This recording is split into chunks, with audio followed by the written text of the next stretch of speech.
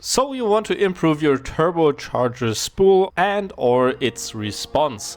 This video is going to tell you 3 ways in how to do that, and that is for no cost at all. The first thing, which is probably going to do the most and which probably most people are not going to say that it is optimal, would be deleting your blow-off valve.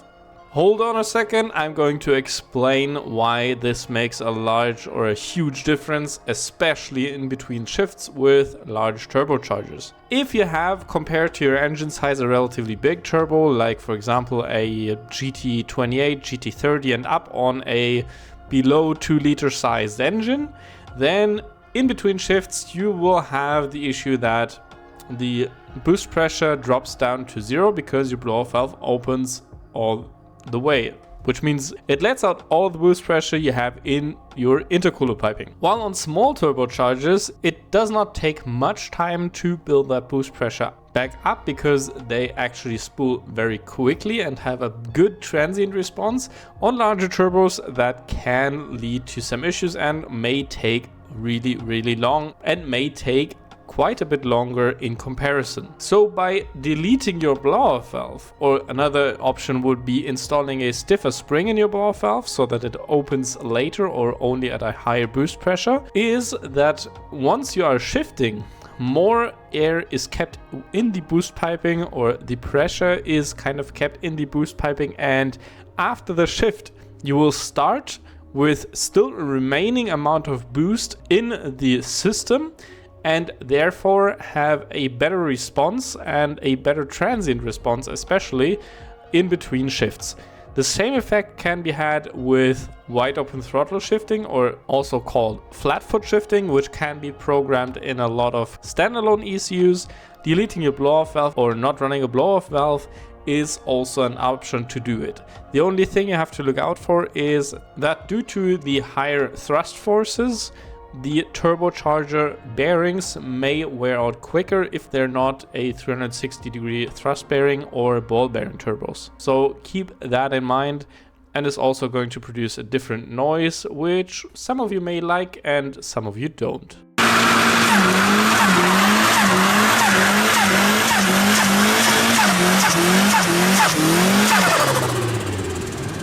The second option would be, while it's not entirely free and you might need some tools for it, probably a lot of you already have those tools, which are a die grinder or some kind of grinder set, and it is porting your exhaust housing to your exhaust manifold. The issue is there because a lot of turbos, especially the cheaper ones, don't exactly match to their flanges on a lot of manifolds. So it can happen that there are edges on there that harm the flow, especially if those are with the flow. So if the flow of exhaust gases hits an edge, then it basically creates a larger restriction, even larger than the diameter where the restriction is, because the issue is not only is the flow restricted to that inner diameter or the smaller diameter, but also due to the turbulence on the edges, it will in theory even create a smaller opening where the air can pass through at the normal velocity it should be at. So opening up that and removing those steps or those edges within that transition will gain you response as well as spool. Making the connection between the turbo and the manifold bigger though will not improve spool at all and will more likely harm it due to the engine having to fill more exhaust volume. This is kind of the same thing as using a bigger turbine housing for your turbo, and this will also reduce your spool and reduce the transient response. The last thing is closed loop boost tuning. If you're using a stock ECU, for example a remapped ECU, that is already the case because all stock ECUs in modern cars, let's say from 2000 and onwards, use a closed loop boost control.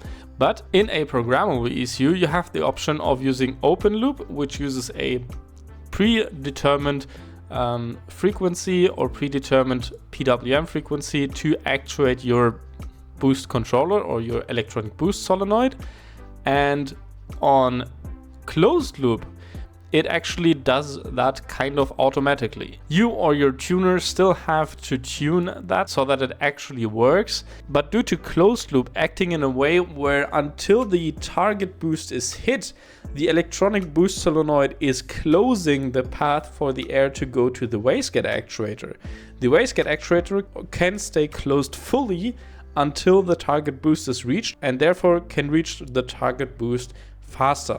The only issue with that is if it's not tuned properly, it can lead to boost spikes, which may get dangerous. So watch out for that. Also, some people try to tune the same thing with open loop, and then just until their turbo hits full boost, they just put in 100% duty cycle, and then, for example, shortly before your turbo hits full boost, let's say until 3400 RPM, and let's say your turbo hits full boost at 3500 RPM. And then they would put in their duty cycle where they want to be at, let's say 50. And because it's going to shut the wastegate actuator until 3400 RPM and open it to the desired level at 3500 RPM, that makes the turbo also spool quicker. The issue here is if you, for example, use flat foot shifting, or if you don't run a blow-off valve or a blow-off valve with a heavier spring, that can lead to the turbo spooling earlier than that 3400 or that target boost level and be in that 100% area, and then it's going to try and reach the maximum boost it can, and then you are going to have overboosting issues. So I wouldn't recommend that. This can also be a problem if, for example, your temperature in your area where you live fluctuates very heavily, such as if it's very cold, for example, your turbo will spool a bit quicker because there's more oxygen in the air. Same thing goes for if you are higher up, your turbo will spool slower as when you are lower in altitude. So keep that in mind. So open loop with that kind of tactic does not make much sense, and I would not recommend it. That's it for the free ways to increase your spool and response. In the next video, I'm going to show you some budget ways, so for not that much money, where you also can increase your response. And yeah, for that, see you next time. And as always, I wish you a nice day and goodbye.